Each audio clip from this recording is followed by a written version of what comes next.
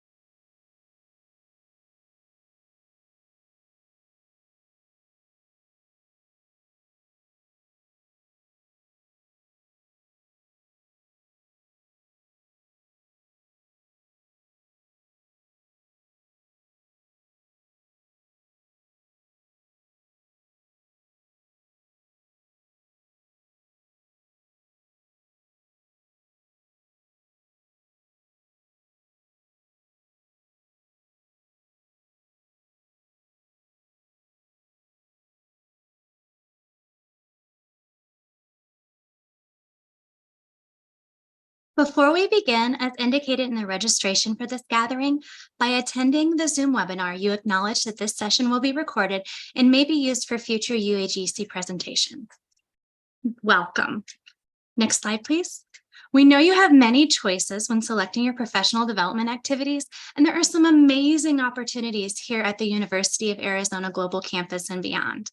We're so happy that you chose to be here today as the UAGC Department of Education and Liberal Arts proudly presents to you Ed Talks.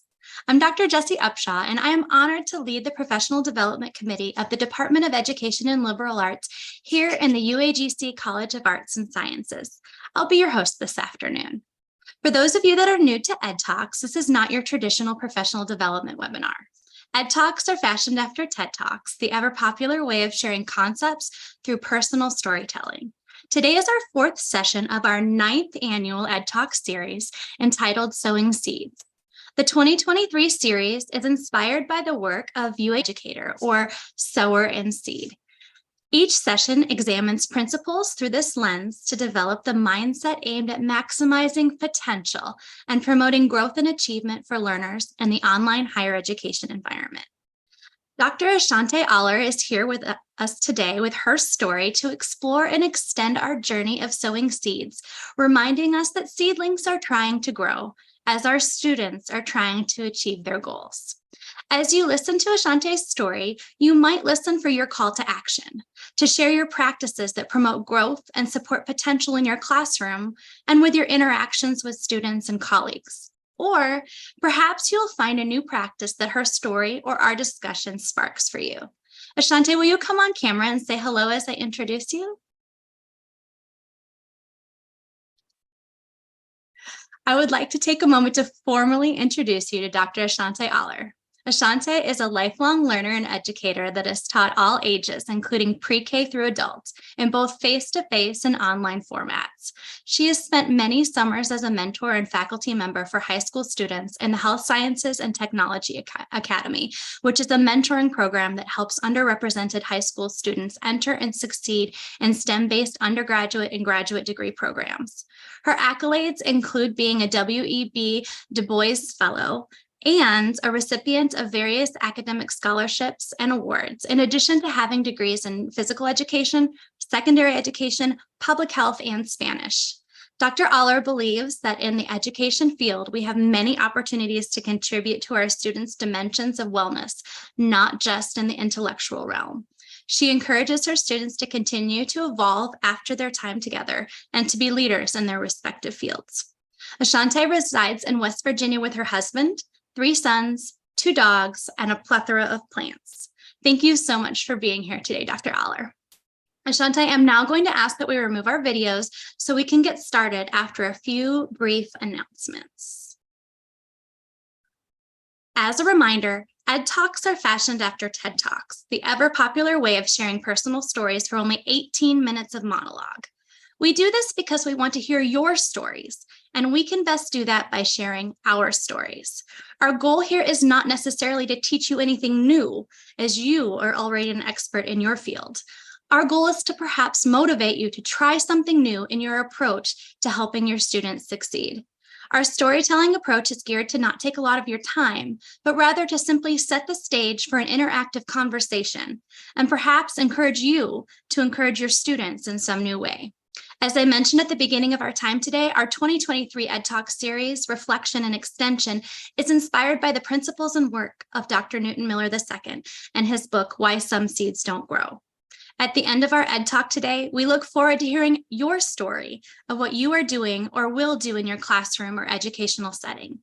After Dr. Aller's story, we will invite all participants to share your reflection and practices.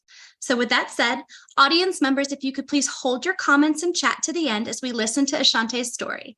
Let's get started. Ashante, the microphone is yours. Thank you, Jessie, and thank you everyone for being here today. Keep the questions on the screen in mind as we move along. Picture it, December 2022. Yes, I'm channeling Sophia of the Golden Girls. Let me have my moment. Picture it, December 2022. UAGC offices are closed. My grading is all done. Even though grades aren't due until Tuesday, I'm ready to sit back, relax, and enjoy the holidays with my family. Life is good. Then a text comes through on my cell. It's a student who I've reached out to for weeks via phone call, email, text, signals, Canvas, you name it, I tried it. In fact, I'm pretty sure that this is the first response I have ever gotten from this particular student. As you can imagine, I am having many thoughts about this, but let's be honest, my first thought is, why did I give out my personal number? If I had just used Ring Central, I wouldn't even be getting this message right now. Let's be honest, I don't even want to respond. I am on break. It's family time. I should just ignore it. Call it stupidity, lack of boundaries, the Christmas spirit, compassion, or whatever you want. I decided to respond. The student was asking for grace and wanted an extension. Now, up till now, the student had only submitted their introduction post, an assignment from another unrelated course, and a referral link for Planet Fitness, which, by the way, made me question if the baby weight as a new mama was really shown in my weekly announcement videos. How is the student even still in this course? Is this student even real, or are they a bot, a decoy placed here by the university? I wonder. You see, I had told students that all missing work needed to be submitted by midnight on the day before, or to reach out to me by that time in order to be considered for an extension. The student was reaching out after that deadline and had not submitted any actual work except for the introduction post. In this last hour text, the student explained to me that they were a store manager in retail and had, of course, been busy since November. Knowing what I know from working retail in the past, you are busy preparing for Thanksgiving week well in advance of November, because the sales include pre-Black Friday, pre-Thanksgiving, Thanksgiving Day, Black Friday, Cyber Monday, and beyond. Also, if I remember correctly, the assistant manager had quit and the student had been working 12+ hour days for weeks, fulfilling both roles. The student apologized for not responding to me, stating that it was very hard for them to ask for help when they need it, and they were used to doing things on their own. I detailed for the student a few assignments that I wanted them to complete before approving the incomplete. My reason for doing this is that from past experience, let's be honest, I have students ask for an incomplete and do nothing further. I feel like there is greater success when they make some progress after not having worked at all or in quite some time, a Kickstarter, if you will. To date, I've not had any student fail to submit what I asked, and in this case, it proved to be quite motivating. Within those 4 days, the students submitted all of their work except for the remaining 3 assignments. Now, let's be honest, I know you're probably worried about the quality of the work. How often have we had students turn in a lot of work in a short period of time and the submissions are of poor quality? Honestly, the quality was actually pretty good. The scores were high and the Turnitin similarity was low. The students started to update me daily on their progress. Each message was not without gratitude. Thank you so much for being willing to work with me. I greatly appreciate it. I greatly appreciate your willingness to work with me. And if you find it in your heart to update it one more time once I have the work in, it would mean the world to me. Again, I am forever grateful for you working with me, as I know it probably caused some inconvenience to you, and for that, I sincerely apologize. Since that first text in between the time that the course ended and grades were due, the student had gone back to work and was also dealing with sick grandparents, both of whom I learned had spent some time in the hospital since the start and now conclusion of the course. And did I mention that this was a capstone course needed for graduation? Let's be honest some more here. Why has this student been acting like a first-year student this late in the game? This is a one more and you're done situation, and here they are doing absolutely nothing, not even the bare minimum. Here this student is fishing out at sea, and the capstone is certainly no place to be going adrift. Fast forward to a few weeks later, after receiving an incomplete, the student has submitted their remaining work and passed the course. In his book, Dr. Newton Miller said that the lives of seedlings are often filled with very challenging responsibilities, so they mistakenly tend to place the commitment to school lower on their priority ladder because it is not considered a necessity for immediate survival. I saw this at play with my student. They had both work and family responsibilities that took precedence. Maybe they had meant to reach out to me, but went straight from work to the hospital and then home to catch a little sleep before starting the cycle all over again. The student had said, "I've worked so hard to finish my degree and it is finally within arm's reach." Let's be honest, even in the midst of helping the student, I was still asking, then why did it take so long to ask for help? Why did you take so long to do the work? Why did you ignore my outreach for so long? As you might know, the university incomplete process was updated and went into effect February 15th, 2022. Taken from the document titled Implementing the Culture of Care, it states, UAGC streamlined the incomplete policy to be more in step with the needs of our students and faculty.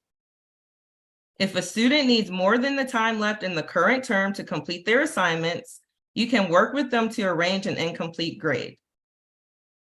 An incomplete grade agreement allows the student 30 extra days after the course ends to complete specific assignments. As the instructor, when you grant an incomplete, you agree to grade the assignments after the course has ended. An incomplete can be a good choice for students in situations that will impact them for more than a few days. Examples of common reasons students take incompletes are illness, an illness in the family, a temporary childcare issue, a housing crisis, or military deployment. A student can ask you for an incomplete, or you can suggest it to them. No matter who initiates the process, your familiarity with the policy will ensure a smooth experience for you and your student. Keep in mind that the incomplete process can only move forward if both of you agree to the terms of the incomplete. Now, regarding this policy, it works, yes, but does it work well? To work well, it should work for and be in favor of the student, right? So how are you implementing this policy? How are you using Turnitin to help or to hinder? Are you able to connect with students in a helpful way? Are you willing to help those students that you may not really want to help due to their track record? In my previous example, I decided to help. I had to get my student into a life raft so that they didn't drown. There was no sink or swim on my watch. So let's be honest, I considered it. You're on your own, kid. Please note, that is not a Taylor Swift reference. However, there were things that the student also had to do. It wasn't solely on me. They still had to work. If anything, they had made it harder on their own self after treading water for so long. They had to grab hold of the life raft and get inside. You may have a student who you feel you've done everything for, and now you have to reach down and pull them into the raft too? Will you? Or will you watch them drown to teach a lesson? Maybe sometimes, just sometimes, we have to pull them into the raft too.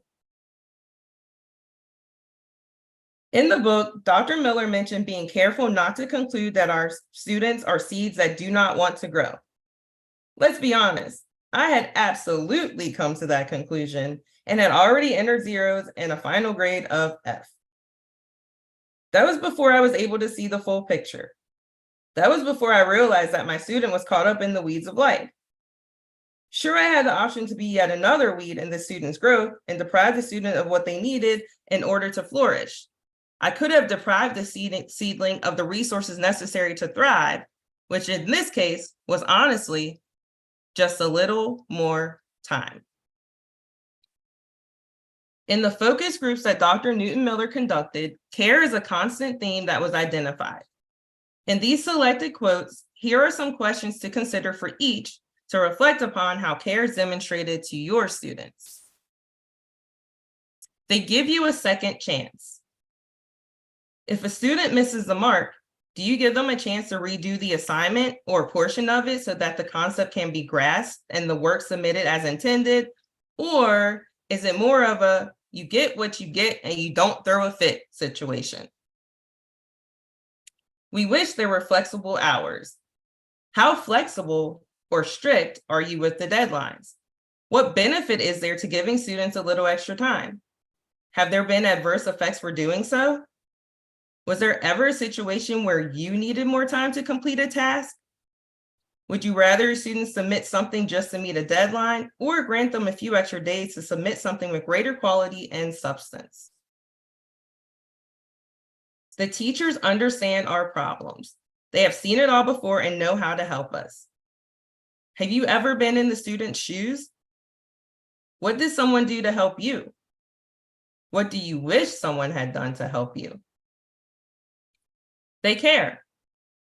In what ways is the culture of care evident in your classrooms and interactions with students? Does it go beyond the obligatory postings and emails? Is it sincere?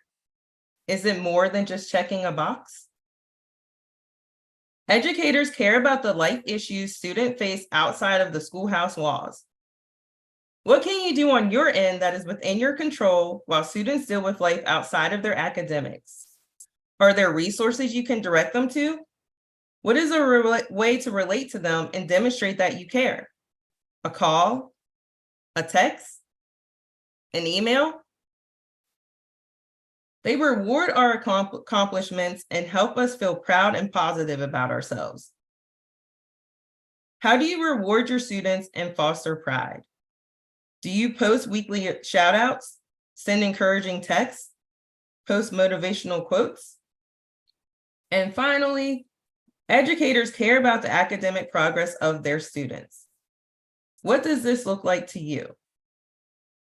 Do you allow resubmissions? Do you offer to meet to go over unclear concepts? Do you provide examples, additional resources, templates, or share common pitfalls with your students? Do you let them know that they can achieve more? Let's be honest. Some will hear this story and think that I overwatered this seed and that I did too much, that I shouldn't have allowed the student the chance to submit the work. Well, Dr. Miller says, we must look past the barren conditions of the fields in which our seeds exist.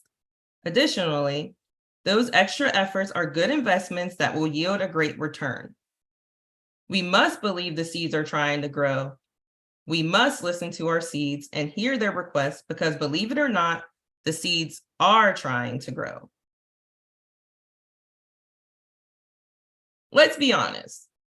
Perhaps let's be honest would be a better title for today's Ed Talk, but I digress. Let's be honest. I admit that there was a time when I would have written that student off too and scoffed at their request. Psh, the nerve. But just like students have had to grow, I have had to grow too. I remember in my interview for this position, I was asked what I thought about deadlines and late work. I talked about how the students needed to be held accountable and submit the work on time because that was the responsible thing to do, and that I would take off late points or not accept the work at all, depending on the situation. I had answered this question the same way on other occasions to the nods of those interviewing me. Oof, but not that day. On that day, Dr. Newton-Miller challenged me, and I thought to myself, girl, you really blew this interview. You best keep looking. Well, look at me now. Here I am, a huge advocate of flexible deadlines, often talking about it with friends at other institutions with the reaction of drop jaws and clutch pearls as they do not agree with me. I use it as an opportunity to tell them and to remind myself about my students. My students aren't going off to university somewhere. They are bringing their online class to their current situation in an already busy, overwhelming world. Getting a degree is their way out of such a world. My students don't have a prepaid meal plan. My students still have to pay for groceries. There is no prepaid dorm room. My students have to meet rent. My students have family obligations that may include taking care of parents, children. It's all on them. And they are choosing to take on education despite all this. Let's be honest. It took me a few courses to become a believer, but I have seen how it works many times. And guess what? It didn't hurt me one bit. It is very rare that students take advantage of this policy. If anything, I feel like it has made my students more communicative. Let's be honest. Sometimes I'm thinking, oh my gosh, why are you telling me all this? Or, okay, the discussion post is going to be one day late, but it's still in the current week. Why are you emailing me? But then I have to check myself. I asked them to keep me in the loop and message me. They are being responsible by letting me know even though they don't have to. Even though they know I won't take points off and I'll accept it, they are being mindful of my requests and reaching out. They are even asking for permission to turn it in late, knowing that I will accept it anyway, or perhaps out of fear from past situations. And honestly, I have found that in those rare occasions where I think the policy is being taken advantage of, there's usually a reason why. There is a backstory if I'm willing to dig a little. Now, let's consider some biblical scriptures and their academic value around seeds and sowing. As I read this chapter and why some seeds don't grow, I thought of two particular quotes. The first was from the Gospels and states, "For truly I tell you, if you have faith the size of a mustard seed, you will say to this mountain, 'Move from here to there,' and it will move, and nothing will be impossible for you." Did I really believe the student was going to submit the work as they had promised? Did I have faith that they could do it? Could they actually climb and conquer this mountain of work that had accumulated over the past 5 weeks? Did they believe it? Maybe they did. Otherwise, why else would they be reaching out? Now, the second verse is somewhere in 2 Corinthians.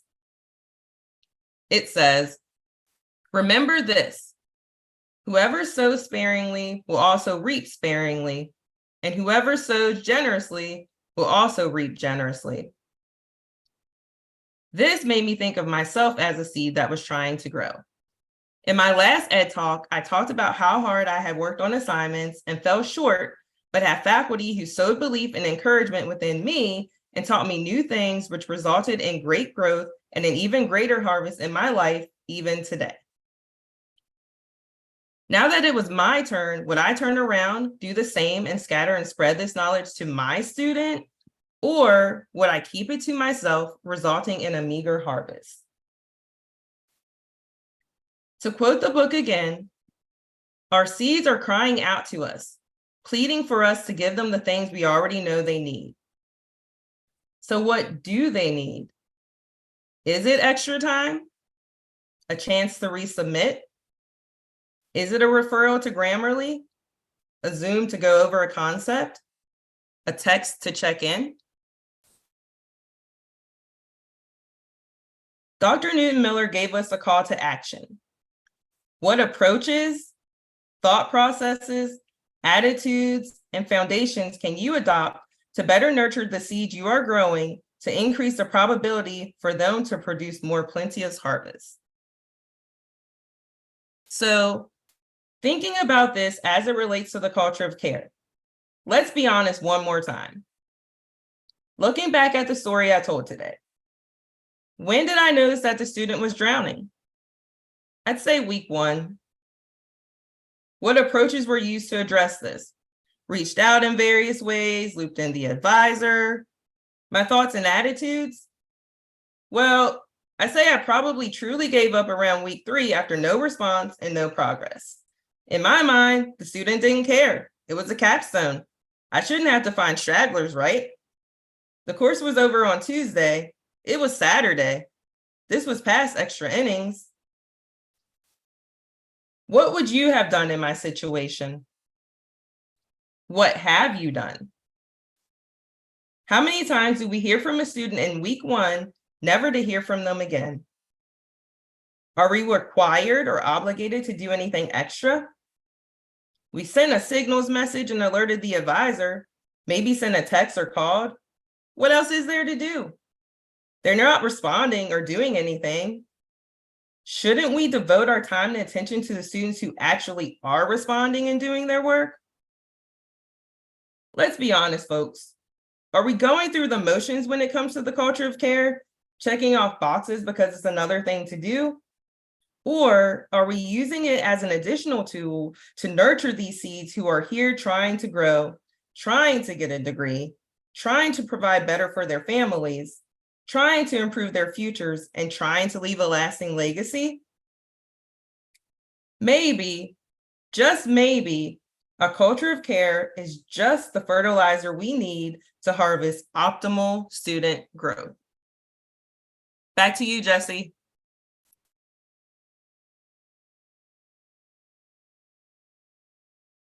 Ashante, let's be honest. We are all grateful for the story you shared today.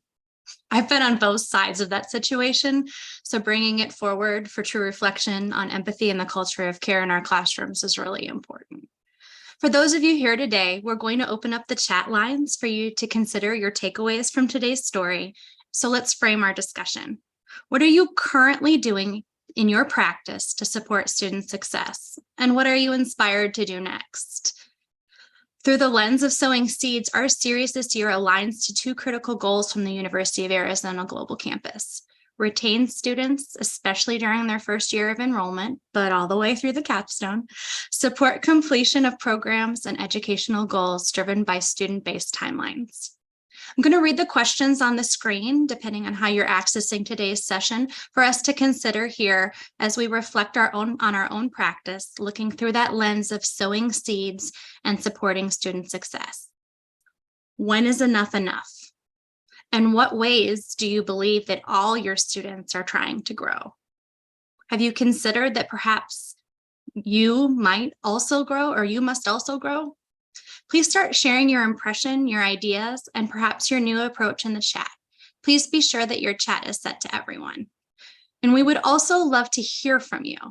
To share with us today using audio, simply raise your hand using the hand icon at the bottom of your screen, and you'll be given the opportunity to unmute your microphone and share your story or reflection that way. We invite you now to join the conversation to inspire others with your story.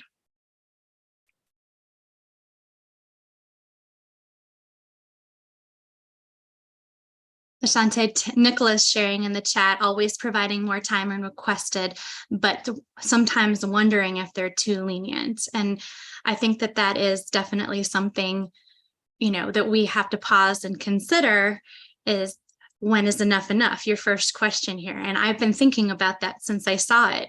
Is there ever enough if we're really focusing on student success and learning outcomes?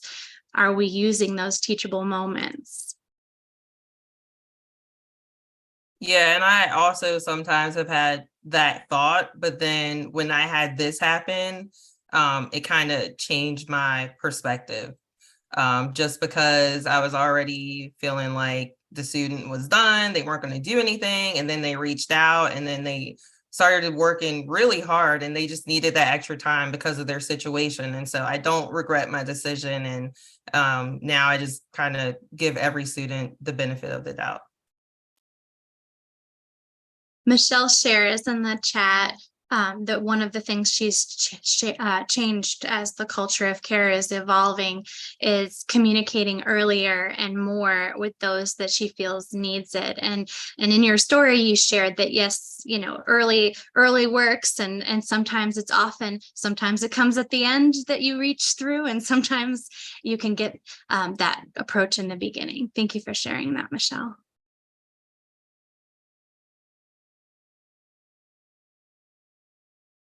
Tisha's sharing her strategy of weekly Zoom meetings and using individualized emails, utilizing daily announcements, the cafe, calling students to welcome them and texting throughout the course. And she's had a good response from students for all of these approaches, and hopefully finding that match, because everyone is at a different stage in their communication. Thanks for sharing that, Tisha.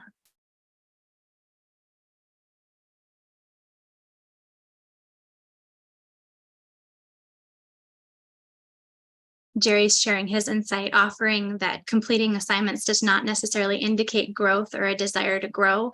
So approving incomplete requests when students provide a reason why the incomplete is important to their goals, and has never had a student who did not complete the necessary assignments with that approach.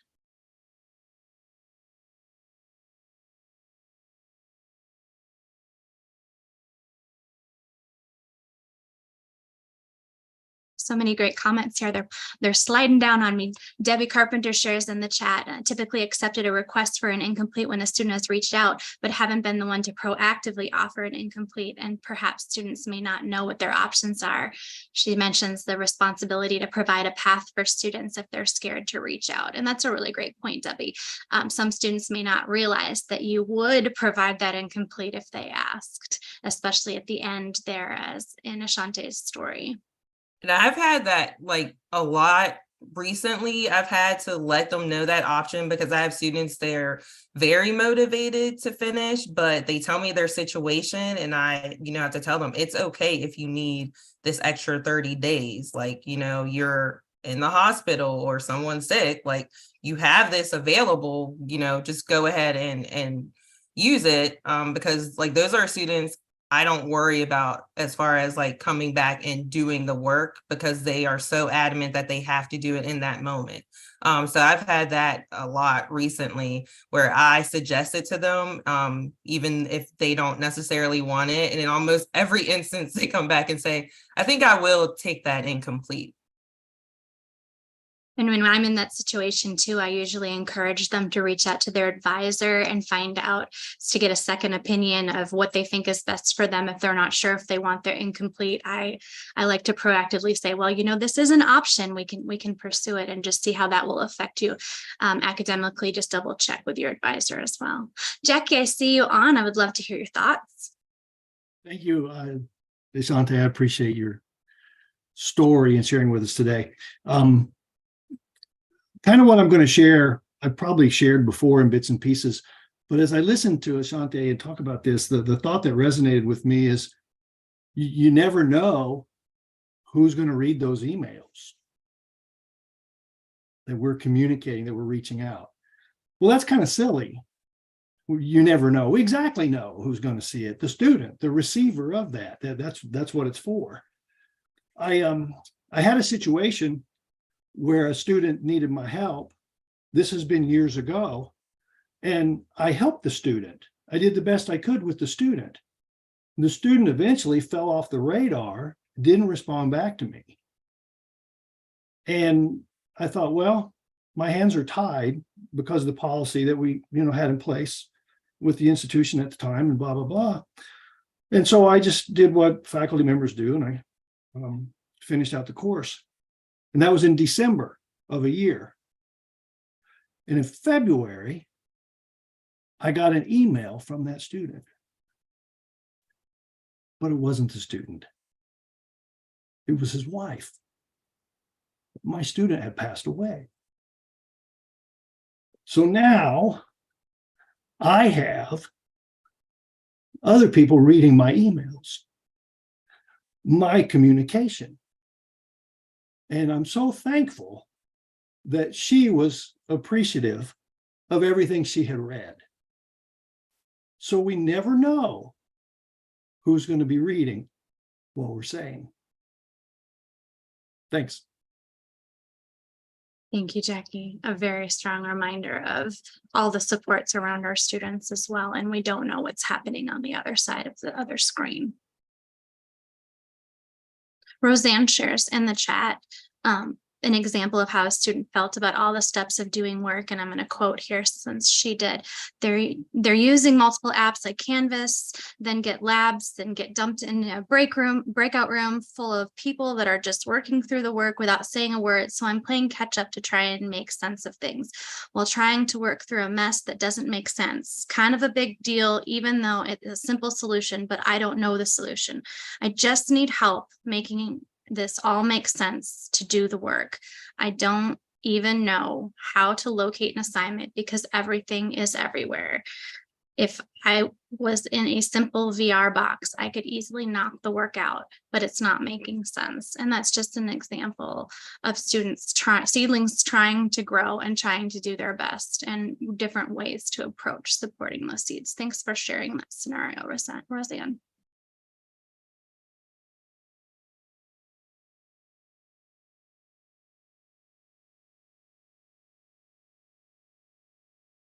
Joyce is sharing that texting students while they're working on an incomplete is very helpful because they may stop looking at email. What a great point, Joyce. They are going to keep seeing our text messages. That's really important, because if they're not in the classroom as often as they were, or even during the class, they may not be in the classroom as often as we are.